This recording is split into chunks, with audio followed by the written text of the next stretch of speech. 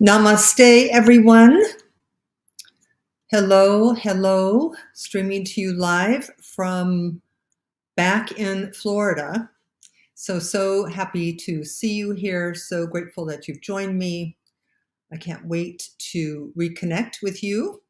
If you're with me, feel free to say hello on the comments button. For those of you who don't know who I am, my name is Reverend Denise Schubert. I am a New Thought minister, and I am streaming to you tonight from Florida. I am newly back from South Africa, where I was for most of the month of February and March. And very, very happy to be back here, home, as much home as I have these days. So welcome. So this venue, I call it Sunday Night Alive. I'm kind of getting back on the horse and riding tonight because I was away in a different time zone and kind of got off track.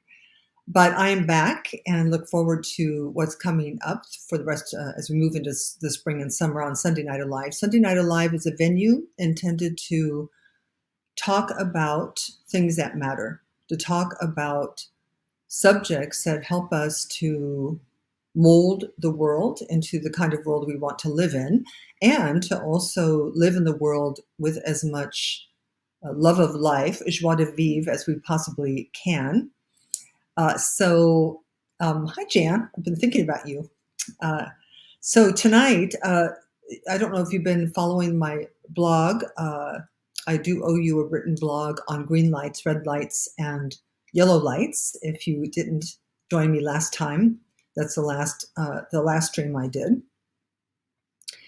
And tonight, it was moved to talk about a subject that's a little bit, it might seem a little funny for me to talk about, but I have kind of been out in the world, so not been connecting with my tribe or my spiritual community, which is you. And so I've been kind of in the world with people, normal, everyday people, living life. And it occurred to me that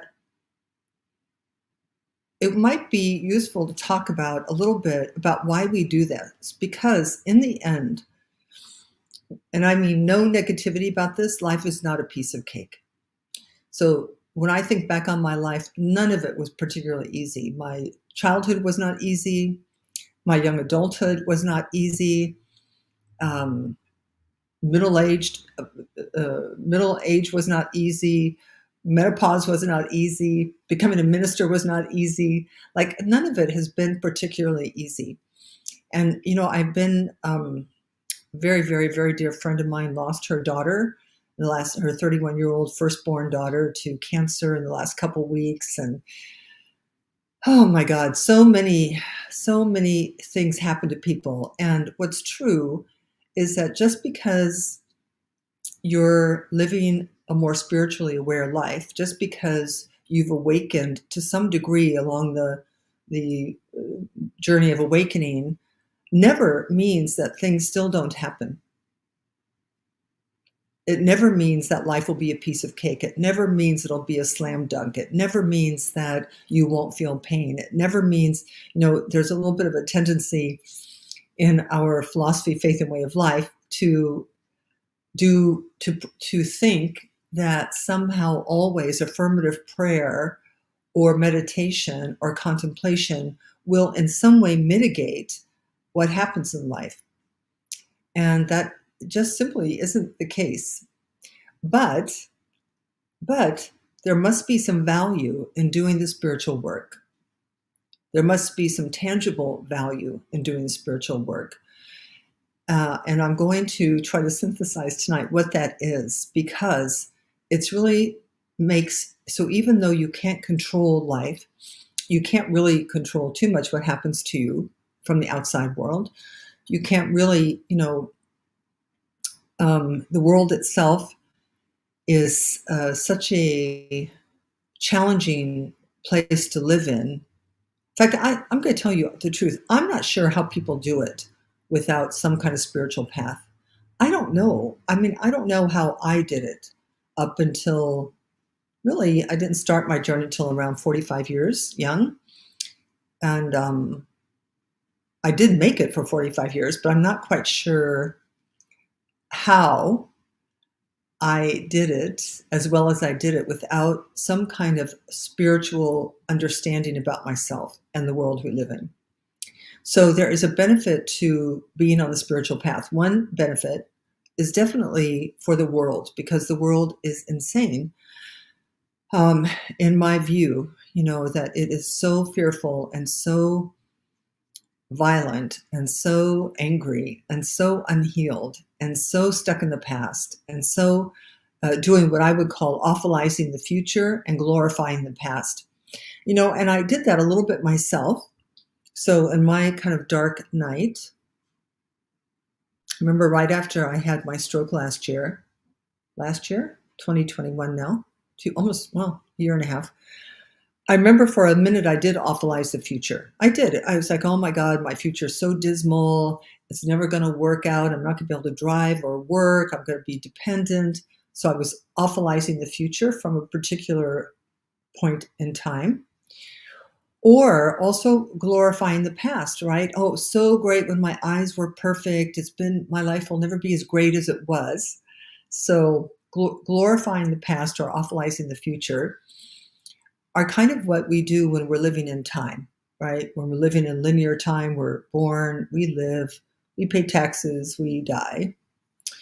As spiritual beings, as a understanding of our spiritual identity, that you are not just this body, that the body is actually a vehicle for your spirit. That's a key understanding in why we do what we do. But the world needs people who are awake. The world needs people who know how to deal with a crisis.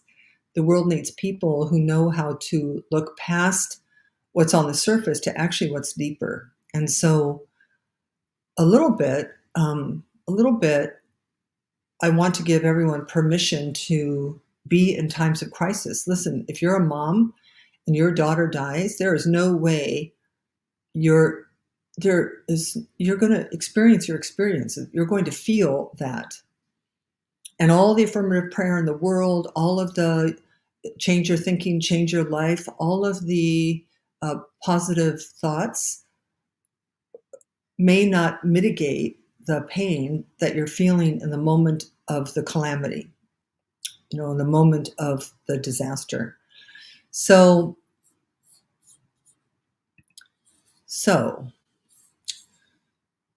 however, I now firmly believe that it's better to be spiritually awake with your misery than to be spiritually asleep or humanly asleep with your misery.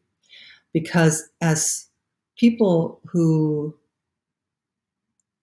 I'm not quite sure how to say it, but who have faith in something deeper, who believe in the ultimate goodness of the universe, who have some kind of escrow account of faith, trust, and surrender, we will do something different with the heartaches than we would normally do with them. And I'm only really speaking from my years and years and years of working with people and talking to people and being with people. I was watching Eckhart Tolle the other night on YouTube, and he was talking about how, and without any judgment or better than or worse than, he's talking about the difference in us when we begin to open our minds to think something different than we were conditioned to think. And you all know what I'm talking about. We were raised up in a certain way. We were conditioned by the world as women, as men, as whites, as blacks, as Christians, as Muslims. We were raised up to think we know who we are and to think we know what the world is. And some of us have a relationship with a power greater than ourselves, and some of us don't. But until we begin to explore the questions of who am I? What is the universe? What is my role here? Then we are living out of our conditioning. And to live out of that conditioning is to live really from the outside in. We talk about this all the time. So when the catastrophe comes, when the pain comes, what do we do with it? Well, in some ways, the condition, the conditioned self is also what I would call victim consciousness. It's really where we blame. We're living at the effect of the world. We're living at the effect of our parents, at the effect of our circumstances, the effect of the divorce, at the effect of the diagnosis, at the effect of the childhood bullies. That we're living as a victim of what has happened, and in that living as a victim of what has happened, we then also become prone to repeating those patterns into the future. And in fact, it's not even prone, it's really guaranteed that the patterns will be repeated in the future. So when hard things or painful things occur in the life of of a conditioned being or someone who's in victim consciousness, it gets added to the evidence that life is a certain way. Because remember that another one of my favorite topics is context and content. So remember that context is the big idea, and content is what comes out of that idea. And the only content you can have has to match the context that you're holding. You cannot have a consciousness of abundance and ever experience lack. So it doesn't mean, by the way, that there won't be periods in your life where you don't have money in your bank account. But if you have a consciousness of abundance, you won't feel it like a person who has a consciousness of lack. And you will move it differently in the world. You'll think differently in the world, and around the whole idea of abundance. So when bad things happen, and if you're coming from victim consciousness, whatever happens will provide you with evidence to support why you're a victim.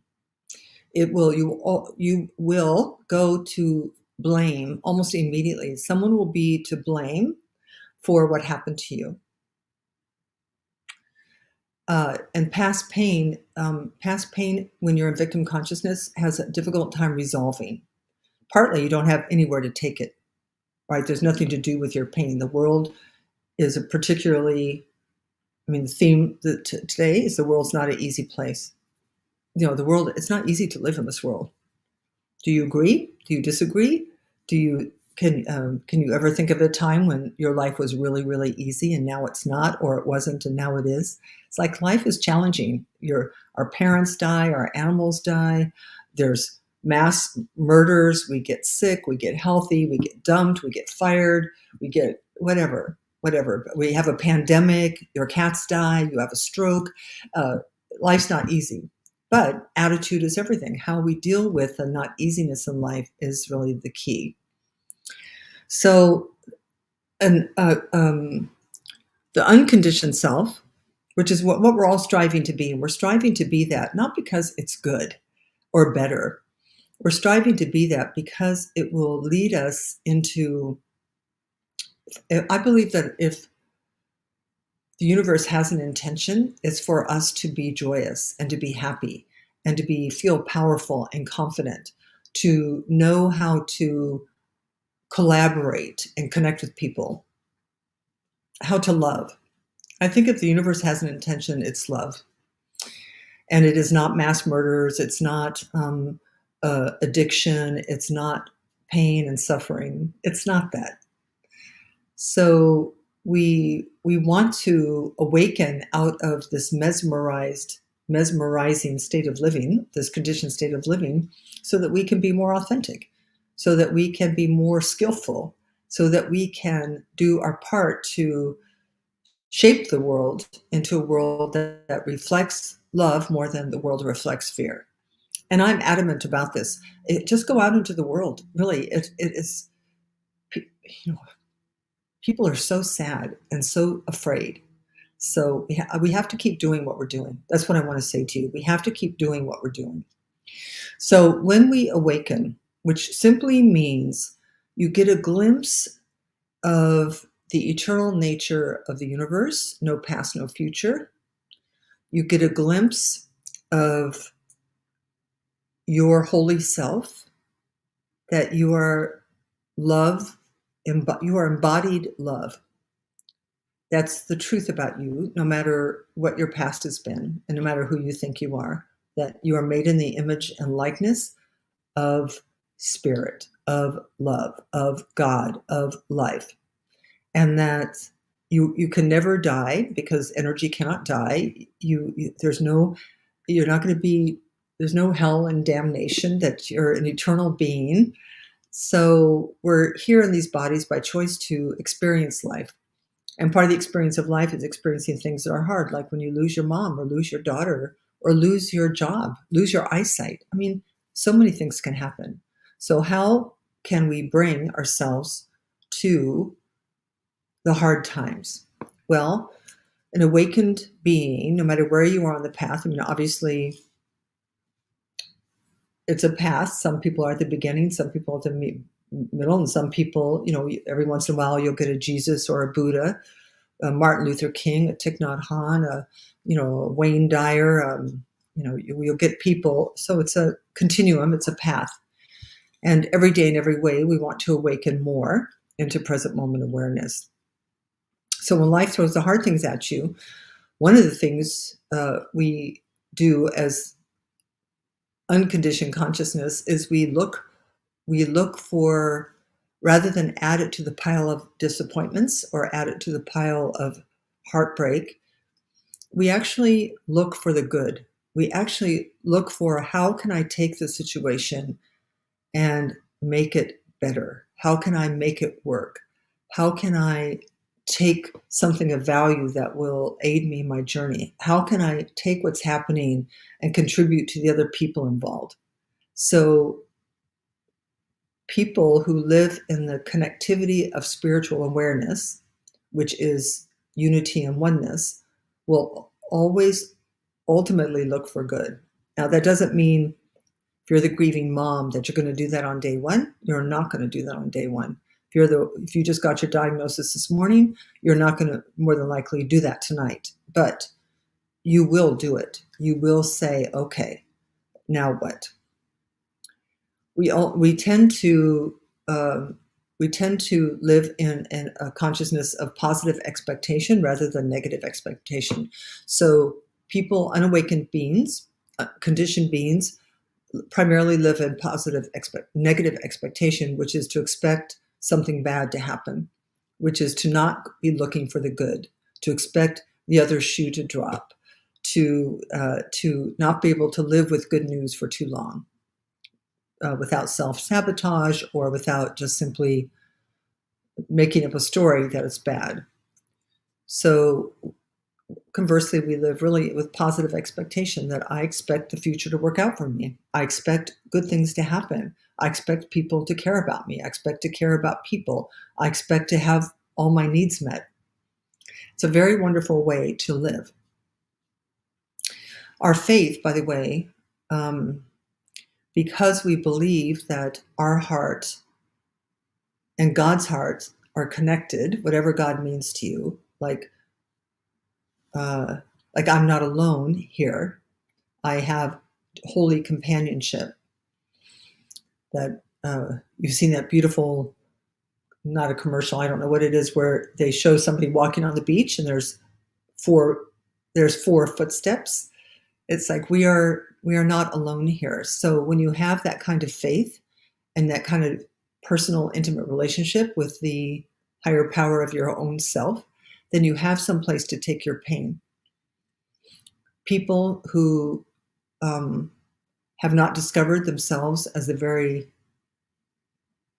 essence of love embodied really don't have a place to take their pain. So the pain just keeps piling up. But our faith provides a place for us to take it.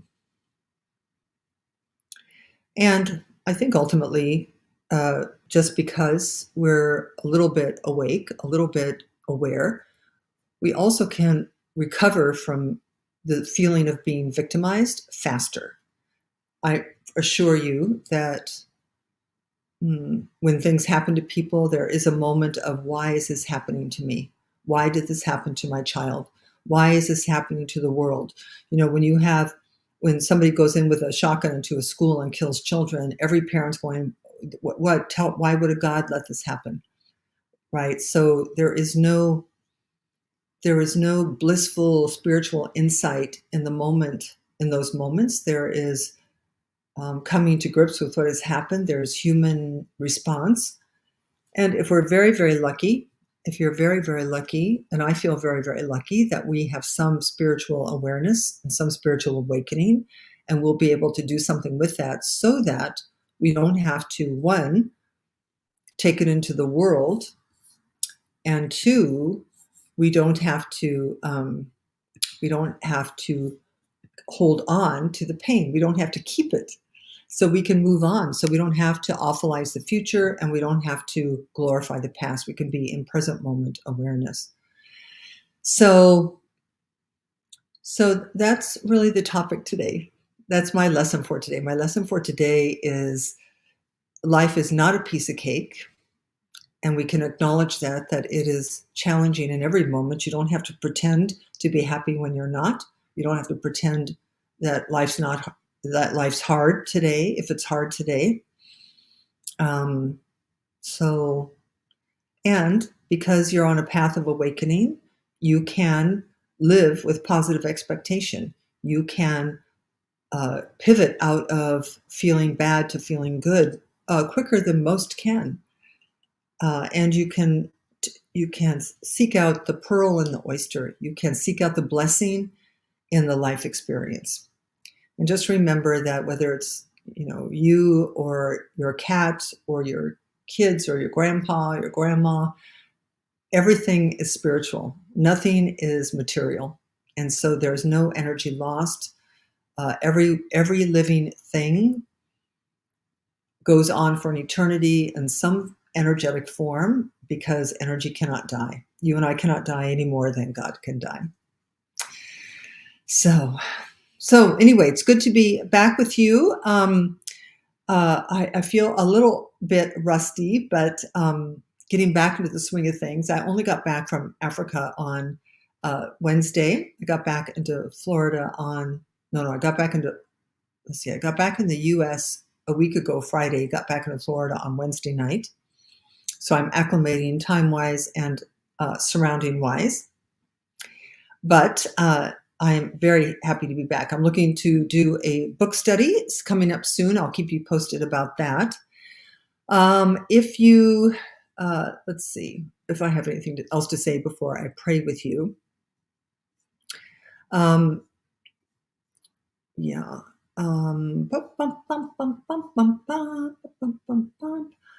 If you want to, if you haven't been to my website, you can go to my website at deniseschubert.com.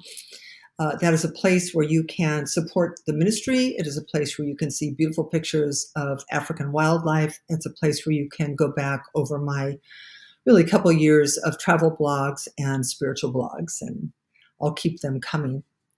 I owe you two now, one for green lights and one for this one. So if you were with me today, thank you so much. It was wonderful seeing you. And let's just take a moment, and I would love to speak a blessing upon us and upon you, knowing that there are at least a handful of people who are listening to me right now who are moving through really difficult things. And I'm not here to tell you to be happy, to think a new thought, just be right where you are, and to lean into what you do know. And so let's just start in prayer there. So if you'll join me by turning within. Turning within simply means to leave the outer world alone, to let circumstances, conditions, and people be where they are as we turn within to that space and place and dimension within us that is whole and perfect, that is beautiful, that is healthy, that is abundant. All of those things, these things are untouched by the human condition. They are eternal and unchanging. The outer is changing. And so as we turn within to that space and place and dimension within us. And it is from here that we connect to each other, my heart to your heart, to the heart of every living being in the world, every living animal, every living plant, that we are connected. We are in a unified field of consciousness. That because we view ourselves as finite does not mean we are finite. The truth is we are infinite. And so it is from that space of our infinite connection to one another and to all that is that I speak my word for and about each and every person within the sound of my voice. First of all, proclaiming and accepting your wholeness, proclaiming and affirming your beauty and the love that is within you. And to, through the speaking of the word and the witnessing of its presence, to amplify its activity in your experience and in your mind and in your life. I simply speak a word of comfort, bathing each and every one of us who needs comfort, who needs peace, who needs solutions, who needs acceptance as we walk the walk of life through our circumstances. Knowing that as you walk, you continue walking, that you walk into an open space of unconditional love.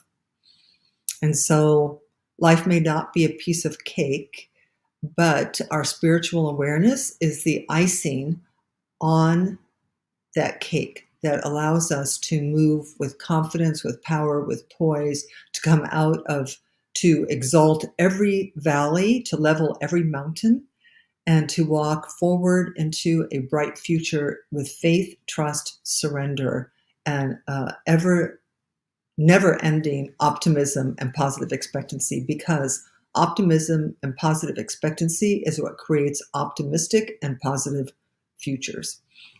And so for the blessing of being together tonight, I'm grateful. I just released my word, accepting the fulfillment of it, and asking you to join me by saying, and so it is. Amen. All right, beloved. So thank you so much for joining me. I will be with you next Sunday. I don't know what the topic is yet. It hasn't come to me, so I will let you know this week. Sunday Night Alive, Sundays at 6 p.m. I'll see you next time. Peace and blessings.